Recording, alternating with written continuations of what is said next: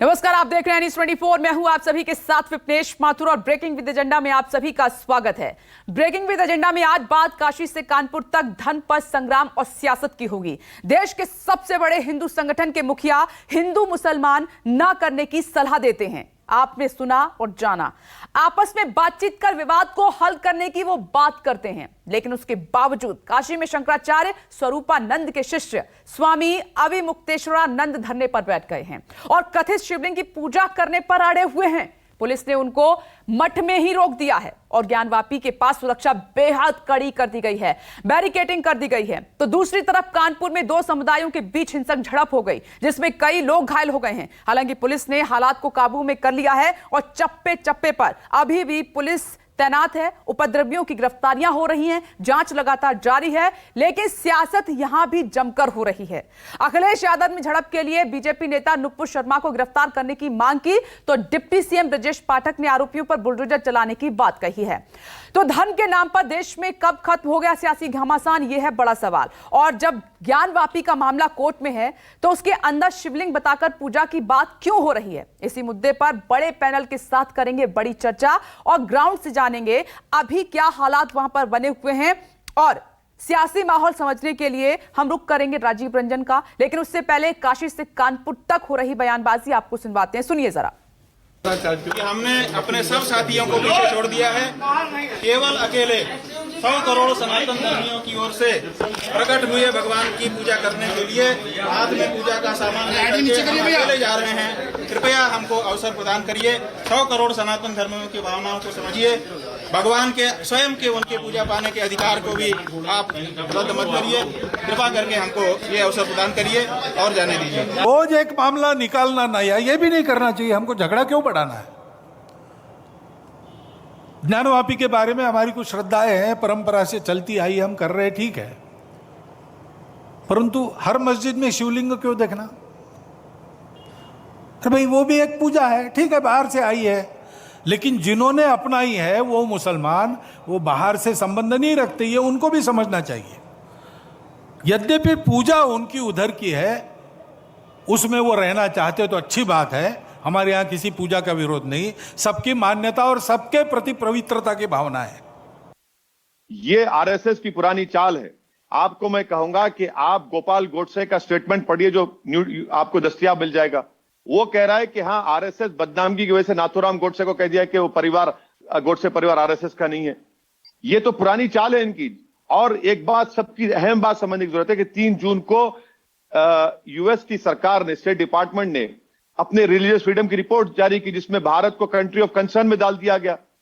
ये तीसरी मर्तबा डाल दिया गया और इनका अचानक स्टेटमेंट आता है। अगर प्राइम मिनिस्टर, प्रधानमंत्री कह देंगे कि 91 का एक्ट उसकी सरकार फॉलो करेगी, सब मसला खत्म हो जाएगा, वरना खामखा यूएस हम पर दबाव डाल रहा है। उत्तर प्रदेश की सरकार की जिम्मेदारी होती है कि समाज के अंदर में कैसे सौहार्दपूर्ण वातावरण रहे, कैसे भाईचारा रहे और कैसे कानून व्यवस्था कायम रहे। कानून व्यवस्था बनाए रखने की जिम्मेदारी सरकार की होती है। सरकार अपनी जिम्मेदारी से नहीं भाग सकती। और ये मैं प्रवक्ताओं से भी कहूंगा कि भारतीय जनता पार्टी के प्रवक्ता भी भाषा की मर्यादा को बनाए रखें। जो अब तक 18 लोग गिरफ्तार किए जा चुके हैं तथा हमें पर्याप्त मात्रा में वीडियो फुटेजेस मिल गए हैं, जिसके आधार पर हम आगे की कार्रवाई करेंगे। उपद्रवियों के साथ साथ जो षड्यंत्रकारी हैं उनके विरुद्ध गैंगस्टर की कार्रवाई की जाएगी तथा उनके संपत्ति को भी जब्त या ध्वस्त कराया जाएगा। तो इस तरीके से बयानबाजियां हो रही हैं। काशी से लेकर कानपुर तक संग्राम जारी है, लेकिन क्यों, सवाल यहां पर यह खड़ा हो रहा है। पैनल इस वक्त हमारे साथ जुड़ गया है चर्चा करने के लिए। UP BJP spokesperson SN Singh साहब हमारे साथ जुड़ गए हैं। समाजवादी पार्टी स्पोक्स पर्सन फखरुल हसन चांद साहब हमारे साथ मौजूद हैं, आप टीवी स्क्रीन पर उनको देख सकते हैं। और इस्लामिक स्कॉलर हैं मौलाना नदीमुद्दीन जी हमारे साथ जुड़ गए हैं, प्रेसिडेंट ऑल इंडिया उलेमा काउंसिल के। आप सभी का स्वागत है ब्रेकिंग विद एजेंडा की इस बहस में। और मेरे 3 सहयोगी, राजीव रंजन वाराणसी से मौजूद हैं, कानपुर से अशोक तिवारी और वाराणसी से ही मनोज पांडे मेरे साथ मौजूद हैं। लेकिन सबसे पहले कानपुर का रुख कर लेते हैं। अशोक, जो अभी हाल ही में वहां पर हलचल है, ग्राउंड जीरो पर हालात क्या है वो तो हमें दिखाइएगा, लेकिन सवाल ये उठ रहा है कि क्या कानपुर प्रशासन की वजह से वहां पर 2 गुट आपस में भिड़े, ये हिंसा हुई? जब पहले से कह दिया गया था कि विरोध होगा, बंद होगा, दुकानें बंद होंगी, तो कहां थे सभी सुरक्षा कर्मी? क्या एक वजह यह भी है कि पीएम, सीएम और प्रेसिडेंट की सिक्योरिटी में पूरा अमला वहां शिफ्ट कर दिया गया, इधर नजर ही नहीं रखी गई? देखिए अपनी दो बातें हैं इसमें। पहली बात तो यह है कि कल कानपुर देहात में जब प्रधानमंत्री, राष्ट्रपति और मुख्यमंत्री के साथ साथ तमाम सारे बड़े नेताओं का दौरा था, तो उस दौरान तमाम सारी फोर्स का डिप्लॉयमेंट वहां पर किया गया था। इस बात से इनकार नहीं किया जा सकता। लेकिन एक तथ्य यह भी है कि कुछ दिन पहले ही जो कानपुर में एक मुस्लिम संगठन है, उसकी तरफ से 5 तारीख को एक बड़े प्रदर्शन का ऐलान किया गया था। हालांकि उसकी अनुमति प्रशासन की तरफ से नहीं दी गई थी, लेकिन बावजूद उसके जो लोकल इंटेलिजेंस होता है, उसको शायद इस बात का इनपुट नहीं मिल पाया था कि कानपुर में स्थिति इस तरह से बिगड़ सकती है। तो अभी जो पुलिस प्रशासन है, जो कानपुर के पुलिस कमिश्नर है, उनकी तरफ से यही जानकारी दी जा रही है कि चूंकि सारा का सारा फोर्स, पूरा का पूरा जो अमला था वो कानपुर देहात की तरफ था, लिहाजा बहुत ज्यादा फोर्स कानपुर नगर में मौजूद नहीं थी। लेकिन इस बात से भी इनकार नहीं किया जा सकता कि लोकल इंटेलिजेंस को इस बात का प्रॉपर इनपुट नहीं मिला। दूसरी बात जो आपने कही कि ग्राउंड रिपोर्ट क्या है, तो उसी नई सड़क पर मैं मौजूद हूं जहां पर कल स्थिति बहुत ज्यादा खराब हुई थी। उपद्रवियों ने जमकर पथराव किया था, आमने सामने 2 गुट आ गए थे। तो अभी यहां पर जो तस्वीर मैंने आपको सुबह दिखाई थी, ठीक उसी तरह की तस्वीर दिखाई पड़ रही है। यहां पर पूरी तरह से फिलहाल शांति का वातावरण नजर आ रहा है और जो स्थानीय लोग हैं उनकी भी आवाजाही यहां पर देखी जा रही है। मैं अपने कैमरा सहयोगी सचिन से कहूंगा कि वो आपको सड़क के दूसरी तरफ की तस्वीर भी दिखाएं कि आप देखिए कि तमाम सारे जो सड़क की दूसरी तरफ रहने वाले लोग हैं वो भी अपने घरों के बाहर बहुत आसानी से आपको आते जाते हुए दिखाई पड़ रहे होंगे। और ये जो दुकानें जिनको कल बंद कराया गया था, उसमें ज्यादातर दुकानें आज बंद है। हालांकि इक्का दुक्का दुकानें बीच बीच में कहीं खुली भी हुई हैं। कुछ लोगों ने थोड़ी देर के लिए अपनी दुकानें खोली, उसके बाद में फिर भी बंद कर दी। एहतियात के तौर पर शायद उनकी तरफ से ये किया गया होगा। तो ग्राउंड पर फिलहाल स्थिति पूरी तरह से नियंत्रण में आज और अभी नजर आ रही है। कल स्थिति बहुत ज्यादा खराब थी जब इसी सड़क पर 2 पक्ष आमने सामने आ गए थे, उधर से पथराव हो रहा था, दूसरी तरफ से भी उसका जवाब दिया जा रहा था। चूंकि कल कानपुर में बहुत ज्यादा फोर्स तैनात नहीं थी, कल भी ये बात पुलिस के अधिकारियों की तरफ से कही गई कि बहुत ज्यादा फोर्स यहां पर नहीं था। और इसके ठीक पीछे आपको नजर आ रहा होगा वो जो सद्भावना पुलिस चौकी है, इसी पुलिस चौकी पर कल कुछ पुलिसकर्मी मौजूद थे जिन्होंने पूरे जो घटनाक्रम घटित हुआ उस पर मोर्चा संभाला और स्थिति को नियंत्रण में करने की कोशिश की। लेकिन चूंकि फोर्स कब था, बहुत ज्यादा पुलिसकर्मी यहां पर नहीं थे, लिहाजा थोड़ी देर यहां पर काफी अनियंत्रित स्थिति हुई। लेकिन बाद में धीरे धीरे फोर्स का डिप्लॉयमेंट किया गया, देर रात तक पुलिस के अधिकारी यहां पर गश्त करते रहे, तो स्थिति को सामान्य करने की कोशिश भी की गई। लेकिन इस बात से इनकार नहीं किया जा सकता कि जो लोकल इंटेलिजेंस होता है, जो लोकल इनपुट होता है, वो शायद पुलिस को प्राप्त नहीं हो पाया था। कल भी पुलिस के अधिकारियों की तरफ से यह कहा जा रहा था कि अचानक से लोग सड़कों पर आ गए थे और उसके बाद उन्होंने आकर यहां पर दुकानें बंद करवाना शुरू कर दिया, बाद में पथराव की स्थिति बनी। तो लोकल इंटेलिजेंस का एक तरह से फेल्यूर कहा जा सकता है। जिस तरह का इनपुट मिलना चाहिए था वो नहीं मिल पाया, जिसकी वजह से घटना ने थोड़ा सा बड़ा रूप लेने की कोशिश की। लेकिन इस बात से भी इनकार नहीं किया जा सकता कि बहुत तेजी से पुलिस और प्रशासन ने इसको कवर करने की कोशिश की। देर रात तक यहां पर पुलिस की गश्त चलती रही। आज सुबह भी जब मैं यहां पर आया था, तकरीबन 7 बजे का समय था, तब भी पुलिस के तमाम सारे अधिकारी, तमाम सारे पुलिसकर्मी, कई थानों की फोर्स यहां पर मौजूद थी। लोगों से संवाद स्थापित करने की कोशिश की गई, स्थिति को पूरी तरह से नियंत्रण में लाने की कोशिश भी की गई। तो इस बात से भी इनकार नहीं किया जा सकता। लेकिन फिलहाल अभी यहां पर स्थिति पूरी तरह से सामान्य बनी हुई है। मैं आपको फिर दिखाता हूं कि आपको जहां भी आपकी कैमरे के माध्यम से नजर जाएगी, तो वहां पर आपको बड़ी संख्या में पुलिसकर्मी फिलहाल तैनात नजर आएंगे। जगह जगह हर जो पॉइंट है, हर जो एंट्री पॉइंट है इस इलाके का, वहां पर आपको पुलिसकर्मी नजर आएंगे। हर गेट पर लोगों को से सौहार्द बनाए रखने की अपील की जा रही है। तो फिलहाल कानपुर की जो नई सड़क है, सद्भावना पुलिस चौकी का जो इलाका है, वहां पर स्थिति फिलहाल अभी नियंत्रण में नजर आ रही है। लेकिन इतना जरूर है कि कल अगर थोड़ी बहुत देर हो जाती पुलिस प्रशासन को अपना कदम उठाने में या सख्ती दिखाने में, तो शायद ये घटना कोई बड़ा रूप ले सकती थी। इस बात से भी इनकार नहीं किया जा सकता है। अभी तकरीबन 36 लोगों की पहचान पुलिस की तरफ से की गई है। कल का जो पूरा घटनाक्रम था उसमें वीडियो और जो फोटोज मिले हैं उसके आधार पर उनकी भी फिलहाल गिरफ्तारी के लिए टीमें गठित की गई हैं। वो लगातार दबिश दे रही हैं, लोगों से बात कर रही हैं कि उनको भी पुलिस के सामने लाकर पेश किया जाए ताकि इस घटना का वास्तविक अनावरण किया जा सके। इसके अलावा अभी कई सारे ऐसे वीडियोज इस पूरे घटनाक्रम को लेकर पुलिस के हाथ लगे हैं, क्योंकि इस पूरी रोड पर कई जगह पर सीसीटीवी कैमरे भी हैं जिसको पुलिस ने वहां से फुटेज प्राप्त किए हैं। उसी आधार पर लोगों की शिनाख्त की जा रही है। कुल 18 लोगों की इसमें गिरफ्तारी की गई है, उनको नेम्ड किया गया है। अज्ञात में कई लोगों के खिलाफ मुकदमा पंजीकृत कराया गया है। और सबसे खास बात यह है कि कल जब मुख्यमंत्री कानपुर देहात से लखनऊ पहुंचे तो उसके बाद लगातार वो इस घटना पर नजर बनाए हुए थे। लगातार जो गृह विभाग के तमाम सारे बड़े अधिकारी हैं, अपर मुख्य सचिव गृह अवनीश अवस्थी, वो लगातार यहाँ के पुलिस कमिश्नर के संपर्क में थे। कई बार मेरी मौजूदगी मौजूदगी में भी लखनऊ से यहाँ पर लगातार फोन आते रहे कि अब क्या अपडेट है, किस तरह की स्थिति है, इसको किसी भी तरह से इसको नियंत्रण में लाइए। तो एक आप कह सकते हैं कि शासन की भी बहुत कड़ी नजर थी। खुद मुख्यमंत्री इस घटना को लेकर बेहद नाराज थे कि आखिरकार ये घटना कैसे घटित हो गई। इतना बड़ा वीआईपी मूवमेंट कानपुर देहात में रहा है। तो फिलहाल अभी स्थिति को पूरी तरह से सामान्य करने की कोशिश की जा रही है, लगातार गश्त चल रही है और शासन के अधिकारियों खुद मुख्यमंत्री इस घटना को लेकर लगातार नजर बनाए हुए हैं। डीजीपी भी लगातार यहाँ के अधिकारियों के संपर्क में है। तो अभी फिलहाल यही कोशिश हो रही है कि इस स्थिति को इसी तरह से सामान्य स्थिति में रखा जाए, ये स्थिति दूसरी तरह से दूसरी बार अनियंत्रित ना होने पाए। सुरक्षा व्यवस्था में कमी तो रही है, ये एंगल साफ दिखाई दे रहा है और पीएफआई एंगल से भी जांच इसमें लगातार जारी है। तो ये ग्राउंड जीरो पर अभी हालात क्या बने हुए हैं वो आपने अशोक तिवारी के माध्यम से देखे और जाने। आती हूं मनोज पांडे का जल्दी से रुख कर लेती हूं, फिर विश्लेषण के लिए राजीव रंजन का हम रुख करेंगे। धर्माचार्य शैलेश तिवारी जी भी इस वक्त मेरे साथ मौजूद हैं, आपका भी स्वागत है इस चर्चा में। आचार्य शैलेश तिवारी जी, मनोज, मैं आपसे ये सवाल करती हूँ कि मामला कोर्ट में है, तो दूसरी तरफ यहाँ पर जो शंकराचार्य स्वरूपानंद ने अपने शिष्य को कह दिया है कि बिना परमिशन के जाइए, अंदर घुसिए, जलाभिषेक कीजिए, ये कितना ठीक है और अभी क्या है करंट अपडेट इस पर? जी विपनेश, देखिए ये जिस तरह से यहाँ पे कह सकते हैं कि जो शंकराचार्य स्वामी स्वरूपानंद जी सरस्वती ने कहा है कि वहाँ पे जलाभिषेक करना चाहिए। देखिए उनके जो शिष्य हैं यहाँ पे अभिमुक्तानंद जी महाराज, उन्होंने अनशन पे बैठ गए। उनका कहना है कि स्वामी जी का जो आदेश है वो हमारे लिए सर्वोपरि है। हम आपको दिखाएंगे कि देखिए ये मठ है, जो विद्या मठ है, उसके सामने देखिए पूरी तरह से पुलिस ने बैरिकेड कर रखा है। स्वामी जी अंदर में बैठे हुए हैं और उनको बाहर नहीं निकलने दिया जा रहा था और अनशन में बैठ चुके हैं। लेकिन आपको बता दें कि यहाँ बनारस ही नहीं, दूर दूर से ऐसे कई साधु संत थे जो आए थे, वहां पे पहुंचना था उनको कि जलाभिषेक करेंगे और कहीं न कहीं जहां पे जो मंदिर परिसर का है वहां पे है भगवान शिव का है, उन्हें पूजा अर्चना किया जाएगा। उनको पूजा यदि मान्यता नहीं मिलती है तो भी जाएंगे। देखिए हमारे साथ में कुछ साधु लोग हैं। कहां से आप आए हैं और क्या क्या कार्यक्रम था आज का आपका? जबलपुर से हम लोग आए, नर्मदा जल लेके आए थे जी। आज भगवान विश्वेश्वर महादेव जो अनादिकाल से जानवापी मस्जिद के अंदर थे और पूरे विश्व के 100 करोड़ हिंदुओं की आस्था का विषय है, और आज यहाँ पर जो है भगवान का पूजन होना था।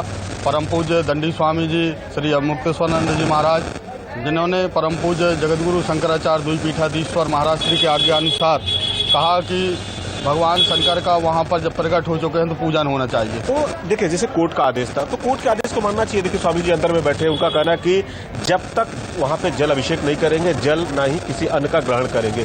तो क्या कार्यक्रम है आप लोग? जब तक जल नहीं करेंगे तो स्वामी जी बैठेंगे, आप लोग क्या करिएगा? बाहर या जलाभिषेक करिएगा या यहीं पे रहेंगे? अभी स्वामी जी बैठे हुए हैं और अभी यहाँ से प्रशासन की अनुमति हम लोगों को नहीं मिल पा रही, और यहाँ से हम भगवान आदि विश्वेश्वर महादेव का पूजन करने के लिए जब आदेश यहाँ से होगा स्वामी जी का, तो यहाँ से हम लोग सभी लोग जाएंगे और जब भी आदेश मिलेगा तब जाएंगे। जी विपनेश, देखिए साफ तौर पे यहाँ पे कह सकते हैं कि यहाँ पे जो साधु संत है ये लोग पहुंचे हैं, इनका कहना है कि ये जलाभिषेक करेंगे और अंदर में देखिए स्वामी जी अब अनशन पे बैठ चुके हैं। उनका कहना है जब तक वहां पे जलाभिषेक नहीं करते हैं, पूजा अर्चना नहीं करते हैं, तब तक ना ही वो अन्न ग्रहण करेंगे ना ही जल करेंगे। लेकिन दूसरी तरफ सब प्रशासन भी पूरी तरह से मुस्तैद है। आपको दिखाएं कि पूरी तरह देखिए गली है, गलियों को पूरी तरह से ब्लैकेट कर दिया गया है। पुलिस प्रशासन के जवान चप्पे चप्पे पे स्वामी जी के चारों तरफ मठ के बाहर और भीतर सभी जगह उनको वहां पे घेर रखा कि स्वामी जी बाहर न निकले और स्वामी जी अंदर में ही अनशन पे बैठे हुए हैं। लेकिन जिस तरह से जो लोग दूर दूर से पहुंचे, स्वामी जी के समर्थन में पहुंचे, उनका कहना है कि जब तक, चूंकि स्वरूपानंद जी सरस्वती का आदेश है, उनका आदेश हमारे लिए सर्वोपरि है और हम लोग जब तक वहां पे जलाभिषेक नहीं करेंगे। क्योंकि देखिए जिस तरह से उदाहरण दे रहे थे कि अयोध्या में जब भगवान श्री राम पैदा हुए थे तो उन्हें वहां पूजा अर्चना शुरू किया गया था, वहां पे उनका हो रहा था। और जब कृष्ण में भगवान मथुरा में पैदा हुए थे तो वहां पे जो भक्त थे पूजा अर्चना कर रहे थे। अब वैसे ही ज्ञान वापी के वहां परिषद में भगवान शिव का लिंग मिला है तो हमें पूजा अर्चना करना चाहिए। और दूसरी तरफ स्वामी जी का साफ तौर पर कहना है कि यदि वहां पे मुस्लिम समुदाय के लोग जाके नमाज पढ़ते हैं, करते हैं, तो आखिर हम हिंदुओं को क्यों रोका जा रहा है? कोर्ट ने परमिशन, मनोज, उनको दिया है। सवाल यहाँ पर है, अगर कोर्ट परमिशन देता है तो आप जाइए पूजा अर्चना कीजिए, लेकिन इतना संवेदनशील मुद्दा है और इतने बड़े धर्मगुरु ये बात कह रहे हैं कि जाइए जलाभिषेक कीजिए, ये बहुत आश्चर्य की बात है। इससे माहौल खराब भी हो सकता है। राजीव, मैं आपका रुख करना चाहती हूँ। आरएसएस चीफ मोहन भागवत का 2 दिन पहले ये बयान आता है, आपने भी देखा, कल हमने इस पर चर्चा भी की, लेकिन उसका असर क्या है कुछ भी तो नजर नहीं आ रहा है। काशी में संत समाज बिना परमिशन के, कोर्ट में मामला है, जलाभिषेक करने पर अड़ा हुआ है, धरने पर बैठ गए हैं। तो दूसरी तरफ आप देखिए कि कानपुर में क्या हुआ, 2 समुदाय आपस में भिड़ गए, माहौल वहां पर गंभीर बना हुआ है। देखिए विपनेश, कानपुर की मूल बात यह है कि ये जो कानपुर की घटना हुई है, जो तनाव हुआ, जो पथराव हुआ, कहीं ना कहीं, और ये सामान्य सी बात है कि अगर किसी भी जिले के भीतर प्रधानमंत्री, राष्ट्रपति, मुख्यमंत्री और ये सारे वीआईपीज मौजूद हो, तो निश्चित तौर पर वहां का जो शासन प्रशासन है उसका पूरा अमला, पूरा ध्यान सुरक्षा का उधर रहता है। ये सामान्य सी बात है। और इस वक्त ये भी बात है कि ये कहा गया था कि विरोध प्रदर्शन होगा, दुकानें बंद की जाएंगी, तो इधर शायद उतना ध्यान नहीं दिया गया समय पर, जिसकी वजह से ये घटना घटी। हाल के दिनों में आप देखें तो उत्तर प्रदेश में ऐसी पहली घटना ये घटी है, और मुझे पूरी उम्मीद है कि जो भी दोषी हैं, जिन्होंने भी माहौल को खराब करने की कोशिश की है, 1000 के करीब बताया जा रहा है कि अज्ञात लोगों के खिलाफ FIR हुआ, उनके खिलाफ कड़ा से कड़ा एक्शन लिया जाएगा। लेकिन मूल बीमारी इससे कहीं इतर है। ये लोग जिन्होंने ये हंगामा किया, ये पथराव किया, या माहौल खराब किया, इनके खिलाफ तो निश्चित तौर पर एक्शन लिया जाएगा और लिया ही जाना चाहिए, क्योंकि इस तरह की घटना कतई होनी नहीं चाहिए। ये तो जो सड़कों पे देखा गया, ये छोटी बात है। बीमारी कहीं और है, माहौल कहीं और से खराब किया जा रहा है। जिन लोगों के बयानों की वजह से ये पूरे माहौल में जहर सा घुल रहा है, उन लोगों के खिलाफ कड़ा एक्शन लिया जाना अब बहुत जरूरी है।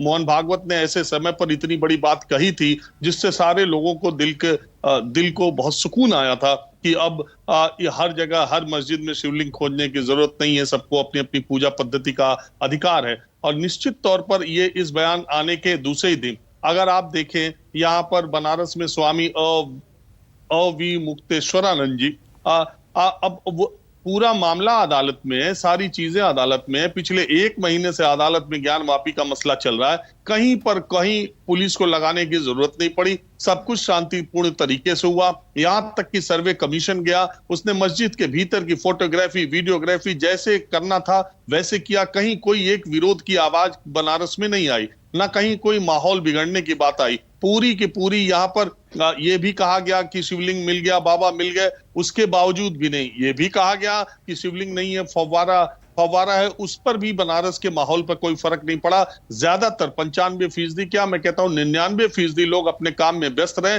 और उन्होंने अदालत पर आस्था जताई कि अदालत में अब 4 जुलाई को डेट पड़ गई है। लेकिन ये बीच में मुक्तेश्वरानंद जी आ गए। अब इनके खिलाफ क्या कार्रवाई की जाएगी? पूरा पुलिस महकमा, पूरा बनारस का जिला शासन प्रशासन इस वक्त उनके मठ को घेरे हुए है, और एक संत इस जिद पर अड़े हुए हैं कि वो अनशन कर देंगे, वो अन्न जल त्याग देंगे। ऐसे समय में जब प्रदेश के एक शहर में और बड़े शहर में, औद्योगिक शहर में ऐसा माहौल है, तो दूसरी जगह जहां बिल्कुल शांति है, जहां बिल्कुल अच्छा सा माहौल बना हुआ, वहां एक संत इस बात पर अड़े हुए हैं। दूसरी बात, कानपुर की घटना के बाद एक सांसद ने अपने फेसबुक पोस्ट पर किस तरह का उकसाऊ और भड़काऊ बयान या पोस्ट लिखी है, उन्होंने इस पर भी ध्यान देना चाहिए। ये लोग जिनकी वजह से आम जनता भड़कती है, ये लोग जिनके बयानों की वजह से जो आग में घी डालने की कोशिश कर रहे हैं, इनके खिलाफ कड़ी कार्रवाई करने की जरूरत है। विपनेश, जो लोग सड़कों पर हैं उनका इलाज तो हो जाएगा, जिन्होंने पथराव किया या जिन्होंने माहौल खराब किया उनका तो इलाज हो जाएगा। मूल बात यह है कि जो लोग ये जहर बोने का काम कर रहे हैं, वो लोग जो ये बयान दे करके सामाजिक समरसता को खराब करने का काम कर रहे हैं, वो लोग जो बड़े पदों पर बैठे हुए हैं, इनके खिलाफ जब तक एक्शन तगड़े से नहीं होगा, मुझे लगता है कि ये छोटे मोटे घटनाएं या लोग जो आम लोग हैं, वो इनको बहकावे में आकर के इस तरह की घटनाएं करते रहेंगे। सबसे मूल बात है कि वो लोग जो जिम्मेदार पदों पर बैठे हुए हैं, जो जिम्मेदार जगहों पर हैं, अगर वो आग में घी डालने का काम कर रहे हैं, तो सबसे पहले उनके खिलाफ एक्शन होना चाहिए। ऐसे लोग जिनके कृत्यों की वजह से, जिनके बयानों की वजह से समाज में सामाजिक समरसता खराब हो रही है, सबसे पहले उनके खिलाफ एक्शन किया जाना चाहिए। राजीव, आपने सही कहा, बड़े पदों पर आसीन लोगों की बड़ी जिम्मेदारी होती है, लेकिन इस तरीके से अगर वो हरकत करते रहेंगे, बयानबाजी करते रहेंगे, तो फिर आप देख रहे हैं कि माहौल क्या हो रहा है। मैं चर्चा की शुरुआत करूंगी, लेकिन उससे पहले एक बड़ी खबर आ गई है कर्नाटक से, उसका रुख कर लेते हैं। श्रीरंगपट्टनम में मंदिर मस्जिद विवाद शुरू हो चुका है। वीएचपी ने किया है जामा मस्जिद में पूजा का ऐलान, और टीपू सुल्तान मंदिर तोड़कर बनाई गई थी मस्जिद, ये वीएचपी का कहना है। हिंदू कार्यकर्ताओं को रोकने के लिए पुलिस तैनात हो चुकी है। प्रशासन ने पूरे इलाके में धारा 144 लागू की गई है। आप देखिए, आपके आरएसएस चीफ मोहन भागवत के बयान के बावजूद भी ये मामला कर्नाटक से सामने निकल कर आया, और वीएचपी वहां पर एक्टिव हो गई है मंदिर नाम से। कर्नाटक के श्रीरंगपट्टनम में मंदिर मस्जिद विवाद अब गहराता जा रहा है। वीएचपी ने जामा मस्जिद में पूजा का ऐलान कर दिया है। आइए मैं चर्चा की शुरुआत कर लेती हूं, बीजेपी स्पोक्स पर्सन से ही चर्चा की शुरुआत करते हैं। एसएन सिंह साहब, अब इसको कैसे देखेंगे? आरएसएस की ही समर्थक है ये संगठन वीएचपी। कल न्यूज 24 के प्लेटफॉर्म पर बैठ के ही वीएचपी के प्रवक्ता हाँ कर रहे थे कि आरएसएस चीफ ने बहुत अच्छा किया है, कहा है ऐसा ही होना चाहिए। लेकिन देखिए कर्नाटक से वहां पर मस्जिद के भीतर मंदिर ढूंढ रहे हैं, कहां मानी जा रही है बात? देखिए, राजीव रंजन जी अभी बहुत अच्छी बात कर रहे थे। हमारा तो सबसे सुंदर नारा है, भारत का सबसे सुंदर ये श्लोक है, वसुधैव कुटुंबकम और सर्वे भवन्तु सुखिनो। इसमें हम विश्वास करते हैं और इसी के नाते ये कामयाबी आज मिली है। भारत जो इतना आगे बढ़ रहा है, तमाम देश गुलामी की जंजीरों से निकले, लेकिन उनकी हालात देखिए और भारत की हालात देखिए। आदरणीय मोहन भागवत जी ने ऐसे समय पे ये बात कही है जब तमाम इस तरह के संगठन, चाहे किसी भी धर्म के संगठन हो, वो कई चीजों को लेकर विवाद को जन्म दे रहे हैं और आपस में कटुता बढ़ रही है। इसका बहुत ही महत्व है, स्वागत किया जाना चाहिए, सभी लोग स्वागत कर रहे हैं। रही बात अगर धार्मिक संगठनों की, चाहे कोई भी धार्मिक संगठन हो, हम तो केंद्र में भी हमारी सरकार है और राज्यों में भी हमारी सरकार है। हम यही कहेंगे यह देश जो है संविधान से चलता आ रहा है और आगे भी संविधान से ही चलेगा। किसी भी धर्म जाति को इतनी छूट नहीं है कि वो धर्म के आड़ में अराजकता फैलाए। ऐसे लोगों को चिन्हित करके कार्रवाई की जाएगी और सबसे अपील किया जा रहा है कि आप कोई इस तरह की जहर की बीज न बोएं कि कोई ऐसी घटना हो जिससे देश और समाज में अराजकता फैले, आपस में कटुता फैले। अगर आपके अंदर कोई बात है, अगर कोई चीज है, मर्यादित तरीके से आप कोर्ट का दरवाजा खटखटाइए और जो भी मैटर कोर्ट में है, अगर कोर्ट एक सम्मानजनक संस्था है, वैधानिक संस्था है, अगर वो जो निर्णय लेती है हम सभी को मानना चाहिए। मुझे लेकिन लगता है सिंह कि साहब, मुझे एक बात बताइए कि आरएसएस चीफ की बात कौन मान रहा है? कर्नाटक में वीएचपी तो है जो मस्जिद के भीतर पूजा की मांग कर रही है, जबकि आरएसएस चीफ ने कहा कि कोई जरूरत नहीं है हर मस्जिद में शिवलिंग को देखना, मंदिर को देखना, पूजा करना, उनका भी उतना ही राइट है। और काशी में देखिए संत समाज बिना परमिशन के कोर्ट में मामला है, पूजा करने पे अड़ा हुआ है। कानपुर की स्थिति तो है ही, प्रशासन का इतनी बड़ी कमी सामने निकल कर आई है। इन सब पे क्या कहना चाहेंगे आप, मुझे बताइए। देखिए, सभी धर्मों में कुछ न कुछ लोग होते हैं। प्रशासन और कोर्ट ने ही कहा था, ज्ञानवापी ने वीडियोग्राफी और फोटोग्राफी कराने के लिए पूरे देश में अलग अलग अराजकता की आवाज आ रही थी, लेकिन उस अराजकता वाली आवाज को कोई स्वीकारा नहीं। ऐसे आवाज को स्वीकारा नहीं जाना चाहिए जो आपस में कटुता उत्पन्न करे और सभी धर्मों के लोगों की तरफ से इस तरह की बातें आती है। ऐसा नहीं है कि यही कर रहे हैं। आप देखी होंगी कि ओवैसी साहब का भी बयान आता है और बर्क साहब का भी बयान अच्छा नहीं था, जो ये कहते थे कि खून की नदियां बह जाएंगी।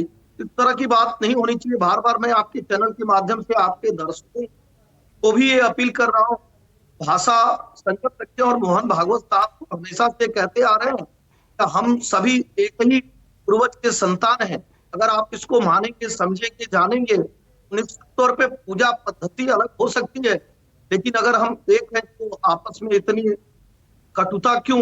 हमको तो कटुता भूलकर अगर साथ में रहना है तो हम दूसरे की आवाज बने और दूसरे की हमारी आवाज बने। मुझे लगता है तभी सर्व समाज की बात हम अच्छे कर पाएंगे। और आज जिस तरह से वाराणसी में हमारे साधु समाज के द्वारा कार्य किया जा रहा है, नहीं किया जाना चाहिए।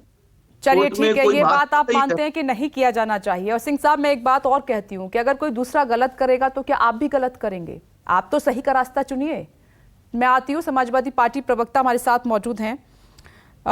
हसन साहब, ये एक कर्नाटक में वीएचपी की तरफ से मांग रखी गई है, एक मस्जिद में पूजा की मांग कर रहे हैं। काशी में आप देख रहे हैं कि साधु संत पूजा करने के लिए जलाभिषेक करने पर अड़े हुए हैं और कानपुर की स्थिति तो है ही। आप सीधे तौर पर इसको बीजेपी को क्यों जिम्मेदार ठहरा रहे हैं? देखिए, जब बयान आया हमें भी कुछ हमें लगा था कि हो सकता है कि अब देश का माहौल थोड़ा ठीक हो। उनका बयान जो था वो बहुत पॉजिटिव था, उसमें हम लोग बहुत सकारात्मक चीजें देख रहे थे। लेकिन हम देखते क्या है कि आप सिर्फ ज्ञानवापी की बात मत कीजिए। मैं तो लखनऊ की बात करता हूँ, मैं तो उत्तर प्रदेश की राजधानी में रहता हूँ। यहाँ का इमाम बाड़ा है जो ऐतिहासिक धरोहर है, देश विदेश से लोग यहाँ घूमने आते हैं। भारतीय जनता पार्टी उनसे जुड़े हुए संगठन वो उस पर भी अपना दावा ठोक देते हैं। एक लखनऊ में ही एक मस्जिद है, टीले वाली मस्जिद, वहां भी अपना दावा ठोक देते हैं। और एक सदर, लखनऊ सदर में एक भारतीय जनता पार्टी के युवा नेता है, वो कहते हैं मैं वहां भी पूजा करने जाऊंगा। तो ये मैं आपको लखनऊ के 3 जगह की बात बता रहा हूँ। और इससे होता क्या है, देखिए ये जितनी भी जगहों पे जितने भी लोग गए हैं, ये भारतीय जनता पार्टी उनसे जुड़े हुए संगठन है। क्यों देश में दूसरे जो ये सनातन धर्म को मानने वाले लोग हैं वो दूसरे क्यों नहीं जा रहे? क्यों सिर्फ भारतीय जनता पार्टी, उनसे जुड़े हुए संगठन, उनसे जुड़े हुए नेता ही पूरे मंदिरों मस्जिद के मामले में जा रहे हैं? और दूसरी बात मैं ये कहना चाहता हूँ कि देश के प्रधानमंत्री हैं मोदी जी, उनकी भी जिम्मेदारी है। अगर एसएन सिंह साहब ने कहा कि भागवत जी का बयान आया, उन्होंने आगे बढ़ के उस बयान को दिया, मैं उसका स्वागत करता हूँ। लेकिन क्या देश में जिस तरीके का माहौल है, देश के प्रधानमंत्री की जिम्मेदारी नहीं है कि देश दुनिया में हिंदुस्तान की बदनामी हो रही कि हम केवल मंदिरों मस्जिद के नाम पे लड़ रहे हैं? आज कहीं पे दंगा हो जा रहा है, कहीं पे जो है कोई किसी की मस्जिद पे दावा कर रहा है, कोई ईदगाह पे दावा कर रहा है। क्या ये देश की छवि खराब नहीं हो रही है? क्या ये देश के प्रधानमंत्री की जिम्मेदारी नहीं है? फिर दूसरी बात मैं ये कहना चाहता हूँ, अगर देश में कोई कानून है, मैं ज्ञानवापी के मामले को छोड़ देता हूँ, उसको अलग कर देता हूँ कि वहां पे 1991 से पहले और 1947 के बाद भी पूजा होती थी एक हिस्से में, वो मामला न्यायालय में है और न्यायालय को तय करना चाहिए, संविधान का सबको पालन करना चाहिए। लेकिन क्या देश में अगर संविधान है, 1991 का वर्कशिप एक्ट है, तो उस एक्ट की जिम्मेदारी, उसका पालन कराना, उस एक्ट की रक्षा कराना क्या देश की सरकार की जिम्मेदारी नहीं है?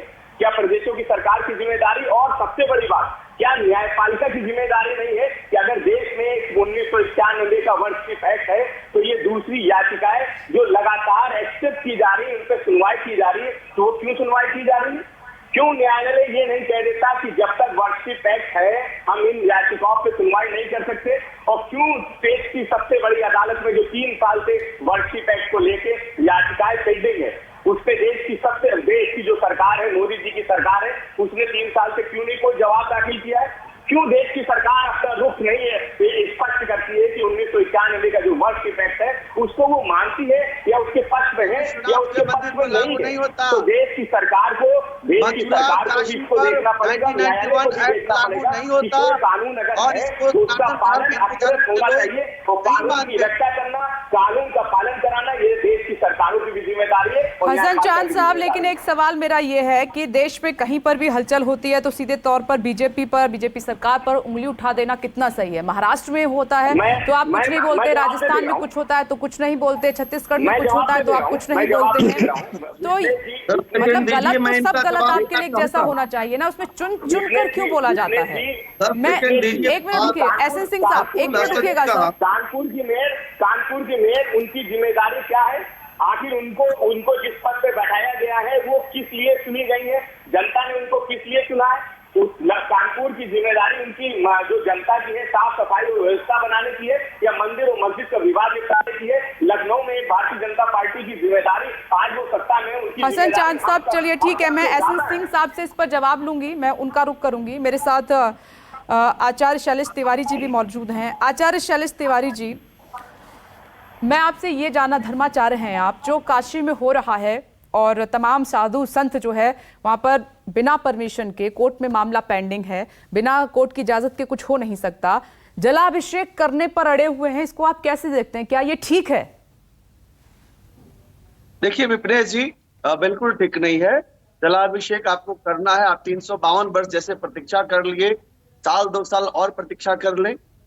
कानून के तहत जिस प्रकार हमने 550 वर्षों तक राम मंदिर में हम लोगों ने प्रतीक्षा किया और अंततः हमने सुप्रीम कोर्ट से विजय प्राप्त किया, उसी प्रकार हमें 352 वर्षों तक हमने प्रतीक्षा किया है विश्वनाथ मंदिर, ज्ञानवापी मंदिर के ऊपर।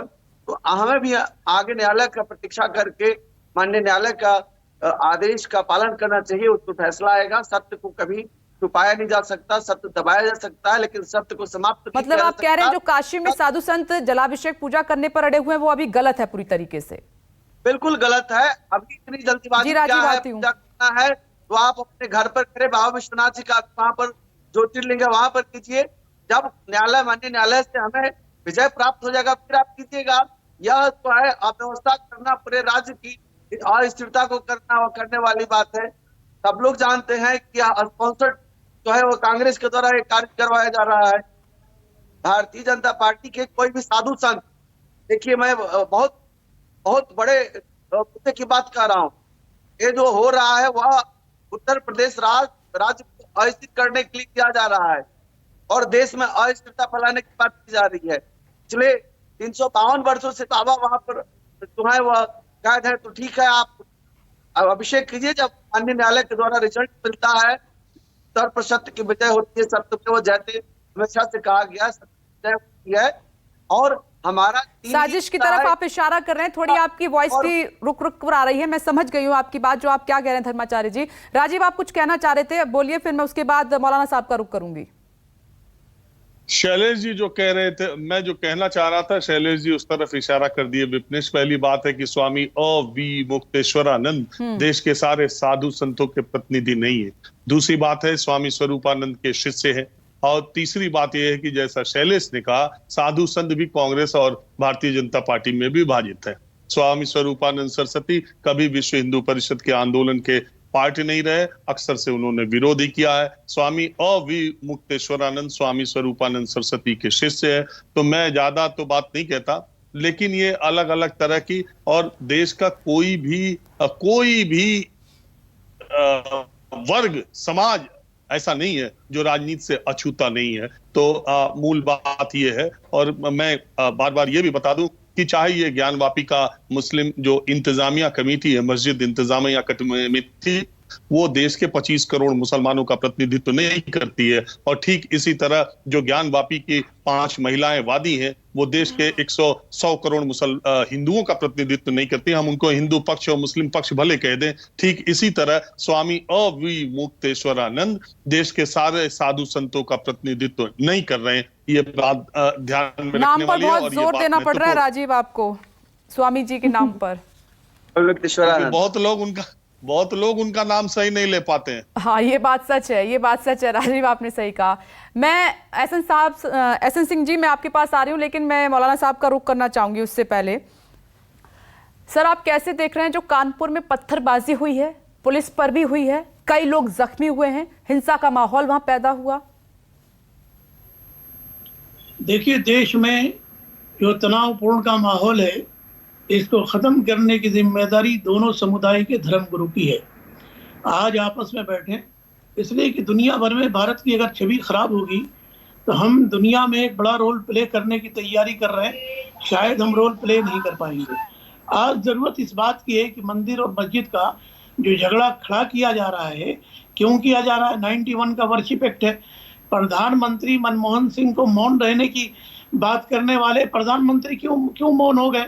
उनको आकर के आगे बढ़ करके कहना चाहिए कि 91 का वर्शिप एक्ट का सभी पालन करें। अगर वो 91 का वर्शिप एक्ट का पालन नहीं करना चाहते हैं तो पार्लियामेंट के अंदर उनकी मेजॉरिटी है, कानून को वापस आती हूँ आचार्य शैलेश जी, आती हूँ। नहीं, कानून को वापस ले लें। असल में भाजपा इस देश को आग में झोंकने की तैयारी कर रही है। पूरी षड्यंत्र भाजपा की है, पूरी षड्यंत्र सरकार की है। सरकार ही अगर षड्यंत्र करेगी, नहीं कोई सबूत हाथ लगाए कि मौलाना साहब आपके जो इतनी बड़ी बात बैठकर आप कह रहे हैं? नहीं, बिल्कुल कोई प्रूफ है क्या आपके पास? मैं बता रहा हूँ। रुक जाइए धर्माचार्य जी। अरे सुनिए, नहीं, भाजपा के प्रवक्ता गालियां दे रहे हैं। प्रधानमंत्री ने किस पर कार्रवाई की? नुपुर शर्मा को क्या पार्टी से बाहर निकाल दिया गया? मैं पूछना चाहता हूँ, खुद भाजपा चाहती है कि हिंदू मुसलमान का माहौल बना रहे, 2024 में हम फिर से सत्ता में। ये जो कानपुर में पत्थरबाजी जो हुई है उस पर तो आपने एक शब्द नहीं कहा मौलाना साहब, क्या वो सही था? बिल्कुल गलत है, बिल्कुल गलत है। जिन लोगों ने गलती किया है सरकार को सजा देनी चाहिए। अरे भाई, सरकार किसकी है? पुलिस किसका है? शासन प्रशासन किसका है? जिम्मेदारी आपकी है। मौलाना साहब, सरकार को सजा देगी, लेकिन क्या आप एक शब्द नहीं बोल सकते हैं? 200 घर हिंदुओं के जला दिए जाते हैं पश्चिम बंगाल में, आप उस समय मिठाइयाँ खाते हैं, उस दिन भी तो आके आप बोलिए। आप किसने मिठाइयाँ में एक राहुल पंडित की हत्या हो जाती है, उस दिन भी आप कहिए। 26/11 की घटना होती है, उस दिन भी आप धर्म से जोड़कर चलते हैं। पार्लियामेंट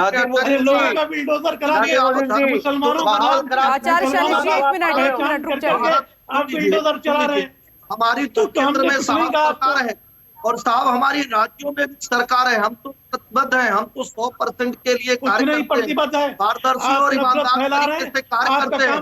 लेकिन जब ये कहा जाता है साहब, हम सुन तो लीजिए मौलाना साहब, आपने बोला, मैंने उस बीच में नहीं बोला। मौलाना साहब मैं कह रहा हूँ, जब ये कहा जाता है कि 2 घंटे की मोहलत दे दीजिए, देखिए हिंदुओं का पूरी तरह से सफाया कर दिया जाए, उस समय भी आपको आवाज उठाना चाहिए। मौलाना सोमानंद ने क्या कहा कि अगर कोई बात हो आपकी तरफ से देश तो के हम मतदारों को गोली मारे सालों को आपने क्या कार्रवाई किया?